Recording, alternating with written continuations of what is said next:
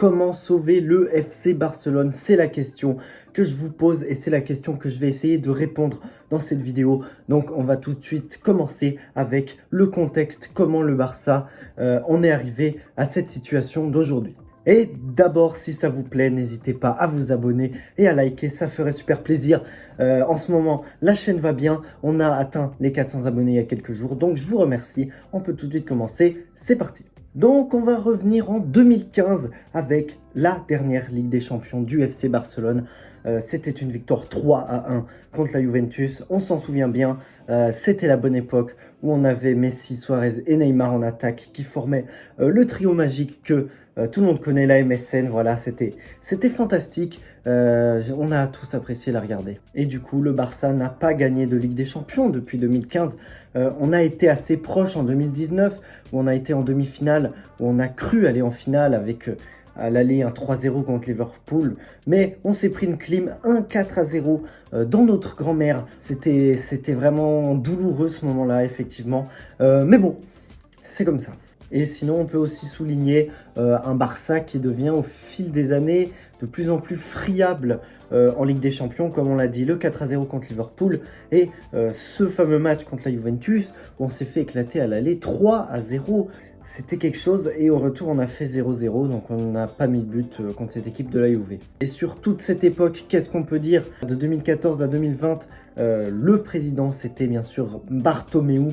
Et Bartomeu, c'est quand même un président qui divise, surtout pour une raison, pour ses transferts. C'était certainement un point qui devait améliorer parce que les transferts sous l'ère Bartomeu, c'était quand même assez inquiétant. Des transferts qui n'ont pas marché et qui en plus étaient très très chers.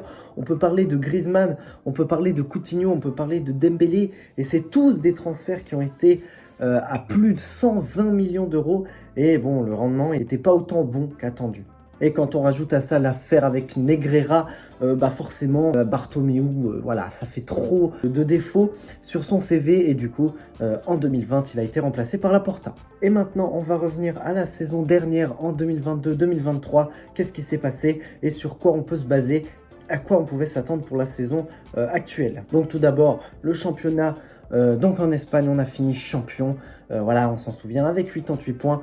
On a été largement meilleur que le Real Madrid, que l'Atlético. Vraiment, on sentait, on va dire, une sérénité, une solidité, surtout en défense. Hein. On se rappelle de cette défense Baldé, Christensen, Araujo, Koundé, vraiment fantastique toute la saison. Elle nous a fait des merveilles et on a gagné un deuxième titre et c'était la Supercoupe d'Espagne en finale. On a battu le Real Madrid 3-1 et là c'était une vraie leçon. Cette année ça s'est inversé, c'est le Real qui a mis une leçon au Barça, mais il ne faut pas oublier que la saison passée c'était le Barça qui avait mis une leçon au Real.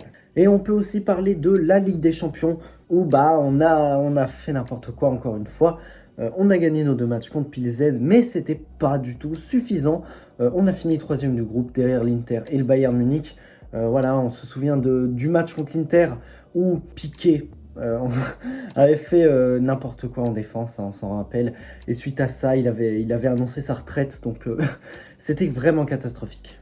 Mais globalement, ce qu'on retient, c'est une défense solide, 2 titres, donc on pouvait être satisfait de la saison passée. Et donc on arrive à cette saison avec des ambitions, avec une envie de faire mieux en Ligue des Champions, tout en restant bon en Espagne. Mais comme on va le voir, ça s'est plutôt inversé, parce que en Liga, on est 4e avec pas mal de points de retard sur le Real Madrid, avec 7 ou 8 points de retard sur le Real, je ne sais plus exactement, mais en tout cas ce qui est sûr, c'est que on est beaucoup distancé. Et du coup, ce qui s'est inversé, c'est qu'on est premier du groupe en Ligue des Champions, puisqu'on était dans le chapeau 1 lors des tirages. On a eu un tirage plus favorable, certes, mais voilà, on a quand même fini premier du groupe. Et on peut parler aussi de la Supercoupe.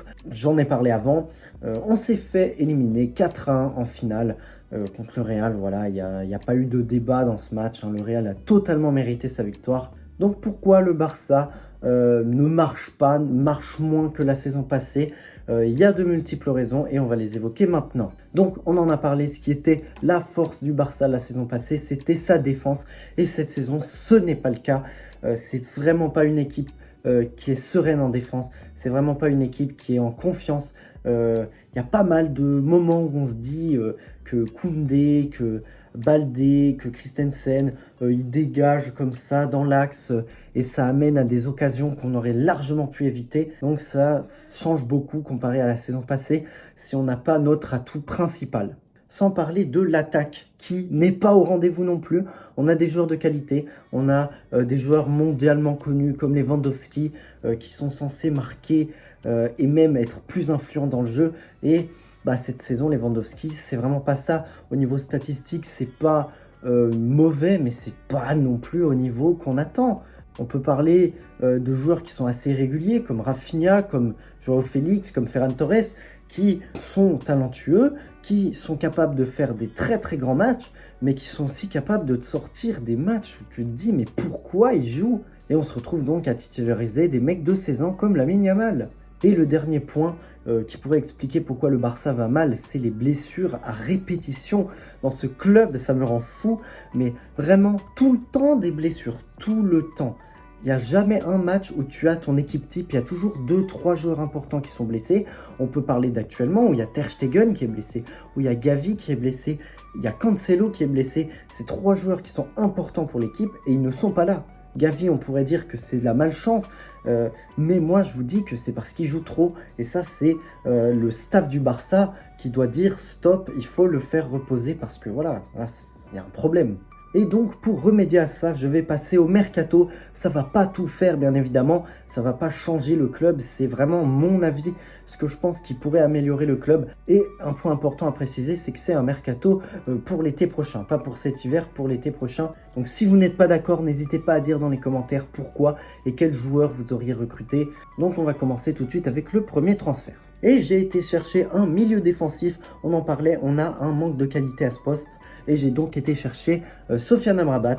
C'était une piste du Barça l'été passé et j'ai été le chercher parce que c'est vraiment un joueur solide qui va apporter de la niaque au milieu de terrain. Pour le prix, je suis parti sur 25 millions, c'est vraiment des estimations, c'est vraiment pas le prix officiel. On ne peut pas connaître le prix comme ça d'un joueur.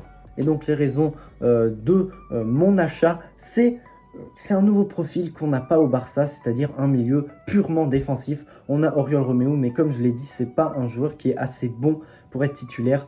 Amrabat a plus de technique que Romeu, tout en étant très très solide défensivement. Le deuxième joueur que j'ai été chercher, c'est Federico Chiesa, un joueur que j'adore vraiment. C'est un joueur qui va apporter, j'ai mis dangereux dans ses qualités, parce que c'est un joueur qui apporte beaucoup d'occasions, de création d'occasions tout simplement. C'est un joueur qui est capable d'apporter dans les grands matchs, un joueur qui déséquilibre, qui dribble et qui a une bonne finition. Donc voilà, que veut le peuple? 50 millions, vous allez me dire comment je vais sortir cet argent. C'est très simple, j'ai pris la décision de vendre Rafinha parce que voilà, il n'est pas assez bon constamment. Et surtout que Rafinha a une très très bonne valeur marchande. Et le dernier joueur que j'ai pris, ça peut vous surprendre, mais je suis parti sur Artem Dovbyk, le buteur de Girona. Et donc, vous l'aurez bien compris, j'ai pris la décision de vendre aussi Lewandowski pour un prix qui peut être vers les 20-25 millions. En Arabie Saoudite, je le vends là-bas. Tandis que Dovbyk, il est dans la fleur de l'âge. Il est en train de faire une saison incroyable avec Girona. C'est un joueur qui est ultra complet, très très fort physiquement. Une grosse endurance, une grosse force. Lewandowski n'a plus ses qualités physiques. Il est assez rapide, il est très bon en pivot. C'est vraiment un joueur très solide et il participe plus au jeu que Lewandowski. Et ça, c'est très bien. Et donc voilà l'équipe que je mets pour le Barça. C'est un 4-3-3 avec au goal Ter Stegen. Quand il sera revenu de sa blessure, bien sûr qu'il sera titulaire. C'est l'un des meilleurs gardiens du monde quand il est vraiment là. Avec comme remplaçant Iñaki Peña, bien sûr. Ensuite, la défense, vous l'aurez bien vu, j'ai aussi acheté Cancelo. Ça parle d'un prix de 25-30 millions pour l'acheter définitivement. Donc voilà, c'est une offre à prendre et je me suis séparé de Jules Koundé pour une 50aine de millions d'euros, 60 millions par là, parce que il n'est pas assez bon et il a une très bonne valeur marchande. C'était un choix compliqué, j'aime beaucoup Jules Koundé, mais voilà.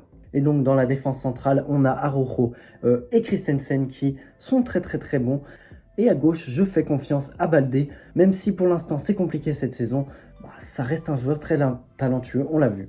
Ensuite, au milieu, je mets De Jong, Amrabat et Pedri. Pedri est titulaire, mais il va beaucoup alterner avec Gavi. J'ai mis Gavi sur le banc, mais c'est pas un remplaçant, c'est un joueur qui va beaucoup jouer. Et en attaque, j'ai décidé de mettre donc Chiesa à gauche, Ferran à droite et Dovbyk en pointe. C'est une attaque qui est jeune, qui est talentueuse.